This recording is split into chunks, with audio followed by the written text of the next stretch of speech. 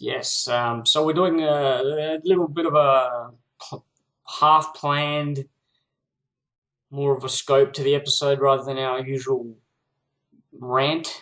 Um, It's fitting this week of the election with a half-planned rant, yes. certainly in theme. Yes.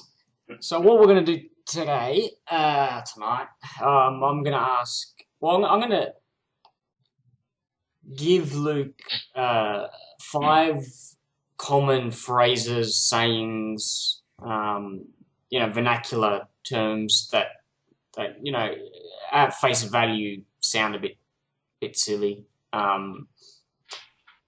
have deeper meanings. Yep, sounds pretty good to me. So stitch in time type stuff. Yeah, and Uh, let's be honest, there's no one else who you want to ask except me. Let's be frank about yeah, this. because I think you have you have a twisted take on things. I guess wouldn't be too far. Jesus, mate, you sound like the prosecutor. What's Yeah, going on?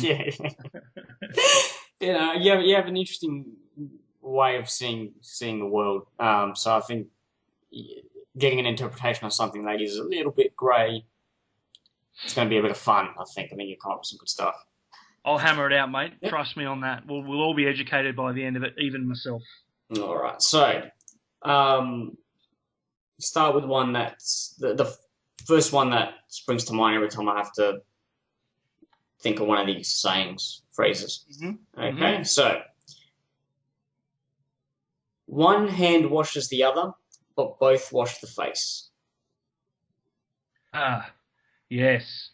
It means a lot to people who possess two arms and a face. So straight away, we're really only talking to like 99.9% of the population. So anyone out there who doesn't possess two arms and a face is probably not a saying for you, and that's fine. That's fine. They don't all have to be for you. Don't be selfish. One hand washes the other. So you look after. You need the other. In this case, hand. You need an external to help you through things. And then together you can pull together and you can achieve something even greater.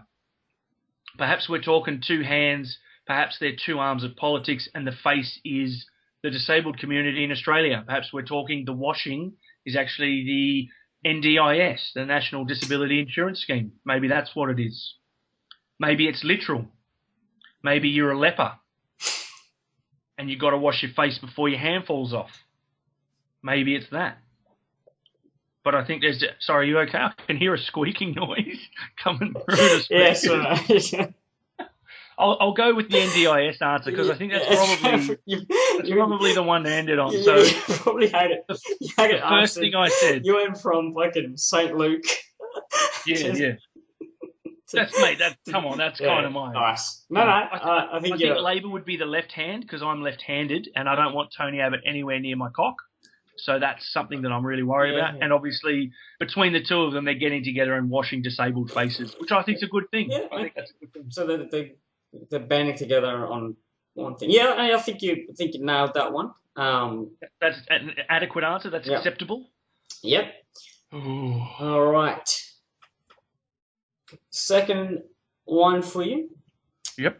Is what I've done is I'm sorry before I go. I'm kind of starting with well, I won't say simpler, but ones you may have heard.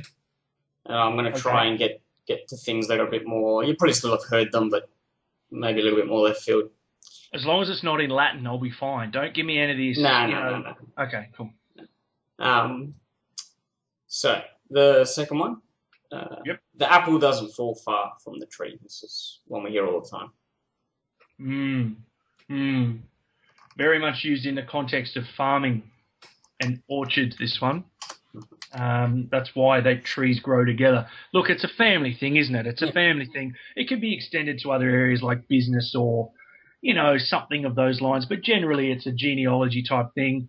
I'm very much like my father, who was, from all accounts, very much like his father. So in this case, the seed, the apple, is the vessel jettisoned from the male, which is the tree, onto the womb of the earth, which is my mum. And I didn't fall far from him for reasons that I won't go into because I think that's pretty much the answer right there. Yeah. No, you've. Do you want me to go? Is there another interpretation you want me to offer? Because I can do it. I know you're looking for some humour here. No. I think. Well, I mean, if you tell me when you're done. You don't ask me. Oh, you'll know when I'm done, mate. Yeah. You'll know. All right, let's go. Next one. Okay. All right. Yeah, that was probably pretty straightforward. This one is okay. So a pie in the sky when you die. All right. Isn't that song? That's Amore? Isn't that Isn't that what you guys I think it's from the song, but that's a different song. Yeah. Isn't that yeah, that's Amore. Mix up some eggs and some milk and some cheese. That's Amore. Isn't that the same? Yeah. A pie in the sky when you die. Look, I've heard pie in the sky, which I thought was like an unachievable, like a distant, that sort of your reach exceeds your grasp kind of thing. Right. But when you die, it's not really much use to you when you die. I mean, apart from rhyming, it's quite neat. But in the terms of, actual pies being in the atmosphere upon the moment of death, unless the pie is the soul, I don't know. I'm not too sure I've heard that full expression, mate. I'm certainly familiar with pie in the sky, which, as I say, I thought was, something that was a bit far-fetched, a little bit like, that's a pie in the sky dream. That's something that, he's never going to be a robot or what is. But when you die, geez, morbid. Well, I mean, take that. Maybe just, I think you're on the right. It's not like I'm trying to lead you anywhere, but your train of thought's very good. So take it to that. So if you're saying something that's out of reach while you're alive, what's the death part? You sort of touched on soul. So I mean, what would be a pie in the sky when you die? Would that be like getting into heaven? Is it a heaven thing? Is that the pie? Right. Yeah, I think that's so. Is that where you're going with that? Yeah. Is that I think you. Are you going to let me out of this box now because I'm really can't breathe in here? Is that I've got to please? I'm putting the lotion on my skin. Can I fucking get out here? All right. So pie in the sky when you die. Don't eat a lot of pies. Is nothing to do with this. It's more about reach for your dreams. Lorraine, I get what you're telling me to reach for my dreams. Yes, and I appreciate that. So I mean, I'll give you a quick, not necessarily my opinion on it, but the context in which I've heard that phrase used. Please do.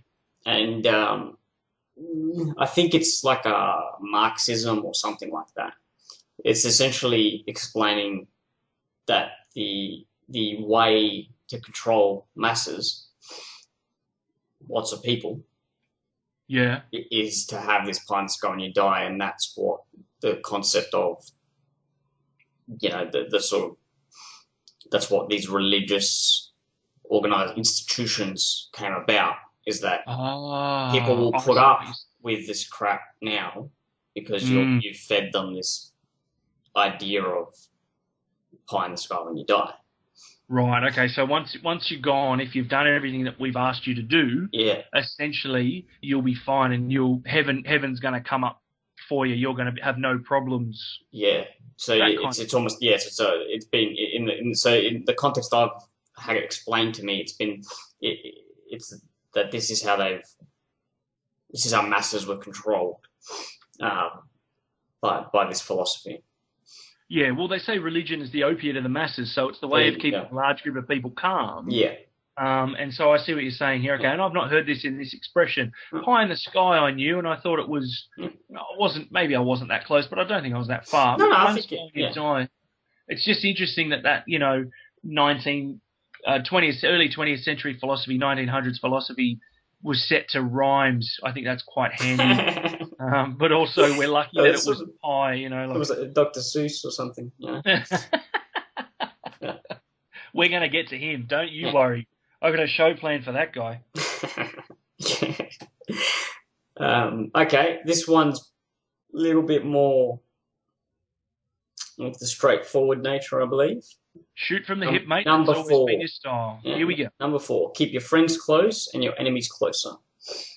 Oh. So, as a guy with a lot of enemies, you would know what this one's about. I do podcasts with my enemies. Bit of the old Turneroo there, mate. No, this one's very familiar. This is something that everybody's heard. Certainly if you've seen The Sopranos. Yeah. Isn't it a tagline for an actual movie? Isn't it like Miller's Crossing or something? It may as well be. Isn't it the tagline for the Bible? I think it is. I think in that they're always talking about, I think it's actually a Sun Tzu Art of War thingy. Yeah. It's some kind of thing that I'm not part of because I'm Caucasian. Look, keep your friends close, your enemies closer. Look, you want to keep your friends on side. You want to be nice to your friends. You want them to be nice to you. You want them to have your back. Yeah. And then as far as your enemies go, well, you've got to keep a closer eye on them. I mean, it's probably not as relevant in my life in suburban, inner Sydney, I guess, maybe more than suburban. Yeah. I probably don't have the worry of death or injury, but there certainly are a lot of scumbags out there that, try and take over when you're not looking. So I think maybe it's a bit of that. Maybe it's more relevant in the olden era of, don't let your enemies run rampant without you keeping them in check. Don't let them get too powerful. Don't let them amass too big of an army. Don't let them acquire too much land. But at the same time, you want to make sure that your friends are well looked after in your circle. You don't want any of them getting perhaps disenfranchised and running off to the other side. If it's a military style thing or a power style thing, I think very much, I don't want to bring up politics again, but it's very, very much the topic of the month at the moment. Yeah. I think that's quite a good saying for the Labor Party at the moment. Keep your friends close, your enemies closer. Yeah. That seems to be pretty much the embodiment of what's happened there. So I think it's you want to make sure that your mates are on side. You want to make sure that you're doing the right thing by people so that they don't do the wrong thing by you. And at the same time, you don't want your enemies roaming your lands unchecked, amassing forces, looting and carrying on in an either real sense in days gone by or in a more modern sense, perhaps metaphorically speaking. Yeah, what I think added to that was even more literal in its early sort of meaning, which was that you identify who your enemies are or potential enemies are, and you befriend them in a obviously pretendy sort of way. Yeah. So I think very much like Facebook. Yeah. So you can keep tabs, you can talk to them, you can find out what they're doing, which is what you meant by keeping things in check, but not declaring them enemies publicly. And that's almost for, if you're going to fast forward that to today, it's not the shifty looking guy on the street. It's the colleague at work who's at the same level as you, and there's a position opening, like that sort of. Yeah, totally. Yeah. It's the ticket Vodafone or the manager at Hoyt's. It's these people that come out of the woodwork and knife you when you're not looking. So, okay, all right. Now, are you happy with that one? Is that I think you did well. Now, this one is my curveball. Not really. It's a saying, but I'll say it's fictional. Oh. But it's still a saying. So I'm going to guess what it is. Yeah, take a guess. Knowing you, it's going to be live long and prosper. Oh, no, close. It worries me that I was close. Yeah. So, but this one's a bit more vague. Well, not vague. It doesn't read vague, but I think this could go anywhere basically. All right, well, let's see what happens. I'm going to try and make it about the gay community. So let's see how we go. Going out of All right. So, drinking fake ale is better than drinking water.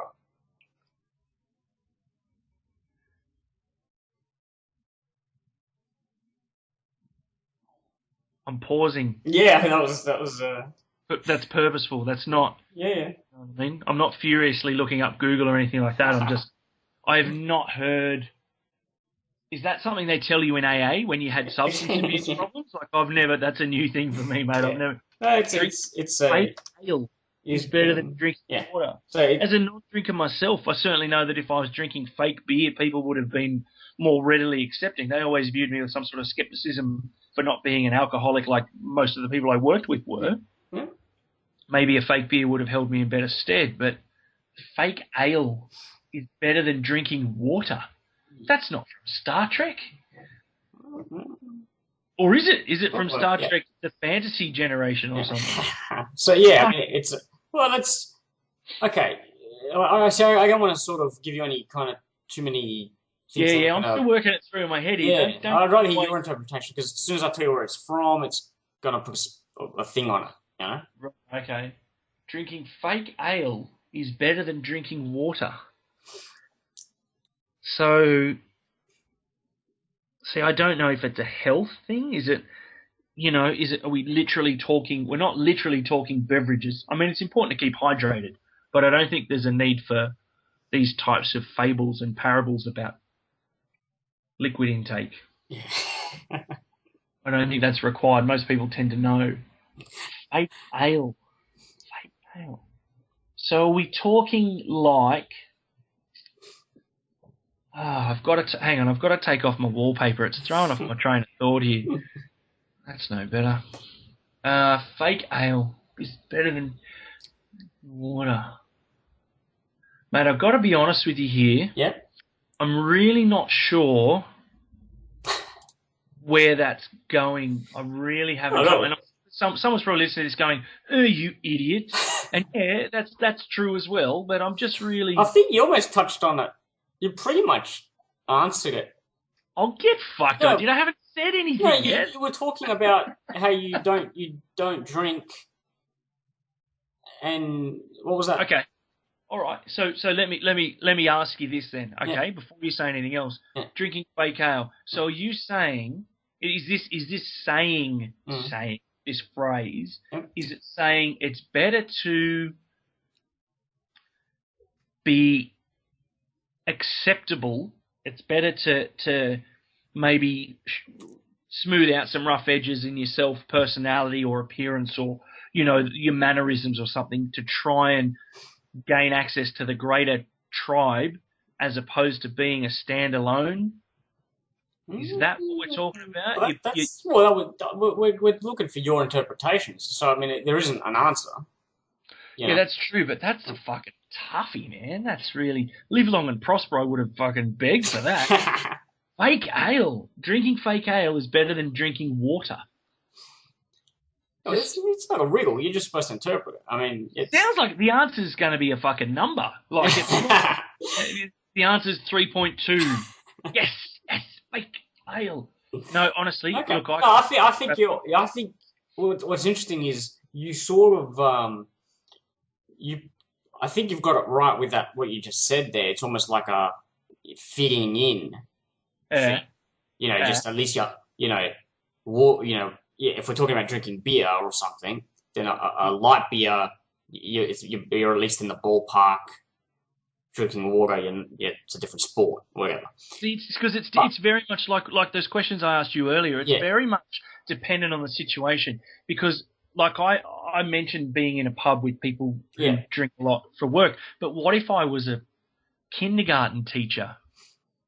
I don't think they want me drinking light beer. You see, I think what this is on about, because now I'll tell you where it's from, so you can see the mindset it's from. So this is a Klingon saying, right?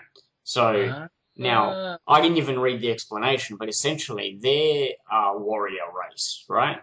Right. So it's all about being hard and tough. So a bit of context there was needed to sort of put it into... But it's interesting because in that context, it's water's just completely weak. Yeah. Whereas, a half ale's at least, a light beer's at least, I've got it now. Yeah. I know what it is now. Yeah. It's the outward in that particular situation when the Klingons or any other warlike fictional people. You know they are fictional. Yeah. Yeah. Anyone else out there in the galaxy, it's better to have the outward appearance of being a warrior. Yeah. Than it is to be completely removed from that drink. Like it may as well be a pink lemonade instead of a water. Like you're better off standing around with all the other Klingons. Do they stand? I don't fucking know. Drinking a fake ale and blending in and going, yeah, look out because I'm the ultimate badass, as opposed to sitting down, playing Galaga in the corner with your water. Yeah. Yeah. Okay, so as soon as you said Klingons, I was like, okay, I know what they're about. Warrior race, like you said. Yeah, okay, I get it. But yeah, it's just an interesting thing because that saying, it's one of these ones that it is relevant, like context relevant. It's not because what you were saying earlier. It was like a less confident sort of a thing. It was more of a okay, I'll have a light beer and hope no one notices that it's a light beer. Yeah. And I'm sort of half-assedly trying to fit in, but I don't fit in. Whereas in this, this other scenario, it's almost like, you shouldn't be, you shouldn't be drinking, but I need to. I can't drink water. It's weak or whatever. Like it's a it's the perception thing. Yeah. You don't want to be perceived as being lesser in the eyes of the other guys. You want to be just as manly and outwardly dangerous as they are. Yeah. Because if you're the weaker of the species, there's a chance they might turn on you, kind of thing. Yeah, but it's almost. I almost see it as even the choice, like the full strength beer isn't an option in this scenario. There's fake Allen's water, or at least that's like, you know what I mean? I'll drink the ale. Yeah. Because that's the tougher thing to do, or whatever. Even if it's a fake ale or a light beer, it's still, it's almost like you always go for the stronger option of things. There isn't the third option. See, you saw it as, I've got full strength beer, light beer, and water to choose from. Right. Whereas I think in this story, there is no if the full strength option was on the table, you would take it. That's the one. So basically you're saying go for it. Use your whole ass, not just your half ass. I think that's grab it by the horns, get regardless of what. Yeah. Yeah, I get it now. I think definitely context in that one is required. But now that you've said that, it's like, yeah, okay, I get it. Yeah, you want to go all out. There's no point holding back. You want to be, Yeah, whatever the most difficult or the most, regardless of the scenario, whatever's the hardest thing to do, you do that one. Maybe that's how. Yeah. Anyway, I think that's kind of part. I think this one almost, because you hadn't heard it and because you didn't have the context, was more interesting than the others because they're almost. Oh, okay, because they're almost a bit you kind of know what they are. You know what I mean? Yeah. Well, that was. So how was that for you, Jim? That was interesting. Yeah, that was good. Okay. I think that brought out a few. It's good. The perceptions thing. The sort of. They're all kind of, some, like I said, were a bit more straightforward, but it's good to hear some different interpretations of things. Well, I do nothing if not try and enlighten people, mate. That's kind of my thing. I just want to be the guy that tells other guys what to do and to think. So fingers crossed that's what's happened. I think so. Alrighty.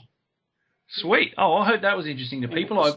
I know that last one was a bit tricky, and I think that's part of the point. I'm kind of glad I was able to get one that you were sort of knocking them out the park real quick before that. Oh, come on now, that's not true. I saw. Yeah, okay, yeah, cool. All right, so everyone out there, if you're gonna do anything, do it full on. Heroin is a party drug. Lorenzo's advocating drinking and driving. There's a lot of things in there to be taken away. I don't advocate any of those things, but I'm only half of this, so cool. Don't drink and drive, whether it's fake ale or water. Just you'll spill it. There's no point. Yeah. Good night. See ya.